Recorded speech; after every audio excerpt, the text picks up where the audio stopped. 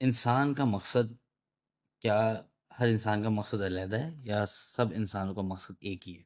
اور مجھے لگتا ہے یہ مقصد تو نہیں، لیکن یہ مقصد کا جو سوال ہے یہی بہت ویلیوبل ہے ایک انسان کے لیے، اگر وہ کنٹین کر لے اس کو اپنے اندر. اس کے بارے میں بتائیں. دیکھیں، کسی نے حضرت سے پوچھا کہ عمل صالح کیا ہے، تو انہوں نے جواب دیا کہ عمل صالح ہے کہ اپنے آپ کو لوگوں کے لیے بے ضرر کرنا. ہوں. ایک جنرل فارمولا جو انہوں نے دیا نا کہ عبادت اللہ کی، محبت اللہ کے رسول صلی اللہ علیہ وسلم کی، اور خدمت انسان کی. ہاں نا. ٹھیک ہے نا، کہ اس مقصد کے تحت زندگی گزاریں کہ عبادت خالص اللہ کی کریں گے، ہوں. رسول اللہ صلی اللہ علیہ وسلم کی عملی محبت کریں گے، اللہ سے مدد مانگیں گے کہ اللہ ہمیں رسول اللہ صلی اللہ علیہ وسلم کی عملی محبت عطا فرمائے، اور مخلوق کی خدمت کریں گے. ہوں. لیکن اب اگر ایک ڈاکٹر ہے اور وہ اپنے کلینک پہ بیٹھا ہے اور وہ صبح گھر سے نکلا ہے یہ سوچ کے نکلا ہے کہ آج میں کتنے پیسے کما کے آؤں گا، ہوں.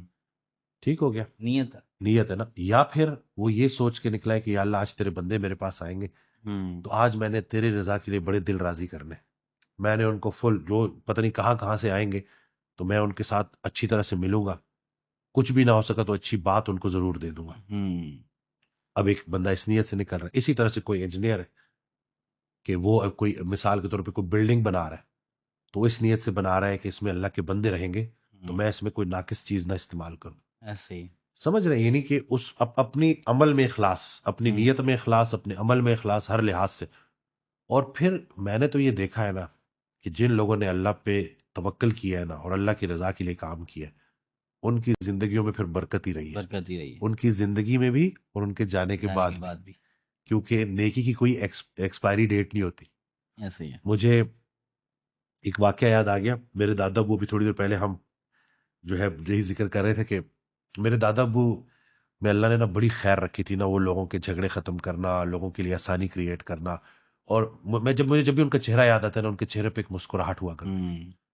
تو ہمیں کوئی کام تھا اسلام آباد میں، وہ ہو نہیں تھا رہا، تو بڑی مشکل سے ٹائم لیا، ادھر بیٹھے. اب وہ دو بھائی تھے بڑی عمر کے، تو انہوں نے پوچھا کہ تم کہاں سے ہو؟ تو میں نے کہا فلانے علاقے سے. تو دونوں چونک گئے، کہتے کس کے گھر کے ہو؟ تو میں نے کہا کہ جی حکیم عبد المجید صاحب کے گھر کا. کہتے وہ تمہارے دادا؟ میں نے کہا جی. او ہو بڑے اچھے انسان تھے، ہم چھوٹے تھے ہمیں ادھر برف کی آئس کریم کھلاتے تھے، وہ جو علاقے کی برف کی آئس کریم کھلاتے تھے اور حدیث بیان کرتے تھے اور ہر وقت مسکراتے رہتے تھے. یار تمہارا کام تو کرنا پڑے. اب یہ بات جب انہوں نے بولی نا تو میرا وہ جو ساتھ جو پارٹنر تھا وہ مجھے دیکھنے لگا اور کہتے یار ان کی تو باڈی لینگویج ہی چینج ہو گئی. اور میں باہر نکلا، میں نے ابو کو کال کی کہ دادا ابو کی ہوئی نیکی آپ کے کام نہیں آئی، میرے کام آ گئی. یعنی کہ وہ جب یہ چھوٹے تھے، ابھی یہ بڑی عمر کے ہیں، مطلب ایج کے 60 پلس ہوں گے، لیکن انہوں نے وہ بزرگ کی وہ نیکی یاد رکھی کہ وہ پیار سے بات کرتا تھا، آئس کریم کھلاتا تھا اور ساتھ ساتھ حدیث بھی بیان کرتا تھا. یعنی کہ وہ گفتگو ان کو یاد رہی. تو اگر ہم اس نیت کے ساتھ زندگی گزارے نا کہ بھائی ہم جو یہ سمجھ رہے تھے نا کہ ہمارا سب کچھ ضائع ہو جائے گا، تو اللہ نیکی کبھی ضائع نہیں کرتا. وہ نیکی جو خالصتاً اللہ کی رضا کے لیے کی گئی ہو، بلکہ سچے دل سے توبہ میں تو قرآن پاک کی آیت ہے کہ اللہ برائیوں کو نیکیوں میں کنورٹ کر دیتا. کہ اگر آپ کو صدقے دل سے آپ توبہ کر لو نا اور صحیح راستے کو اختیار کر لو، تو جن گناہوں کا سوچ کے ہم ٹینشن لے رہے تھے اللہ نے وہ ان تمام گناہوں کو بھی نیکیوں میں کنورٹ کر دینا. یعنی کہ اتنی ہوپ دیتا ہے یہ دین اسلام. اور ہم نے اپنے نوجوانوں کو یہی بات بتانی ہے کہ ڈرنا نہیں ہے. اسلام جو ہے نا، دین اسلام، وہ ڈرا کے خوشخبری دینے والا دین ہے، ڈرا کے جان نکالنے والا دین نہیں ہے. دونوں میں فرق ہے. تو اللہ کو نا اس طرح نہیں بنانا. وہ بڑا مہربان ہے، بڑا رحم کرنے والا ہے. ابھی تھوڑی دیر پہلے کل ہی ایک پوڈ کاسٹ میں صاحبزادہ کاشف محمود صاحب جو حضرت واصف علی واصف رحمۃ اللہ کے بیٹے، انہوں نے بڑی پیاری بات، وہ اس پوڈ کاسٹ میں بھی آ جائے گی، کہ احسان ایک ذخیرہ ہے اور اس ذخیرہ کو جمع کرنے والے کو کریم کہتے ہیں. سبحان اللہ. اب یہ دیکھیں، اس بات کو سمجھے نا کہ ذرا غور کریں کہ احسان ایک ذخیرہ ہے اور اس ذخیرے کو جمع کرنے والے کو کریم کہتے ہیں. یعنی کہ آپ اپنی زندگی میں دیکھیں کہ احسان کر رہے ہیں. احسان کیا ہے؟ حق سے زیادہ دینا اور اللہ کی رضا کے لیے.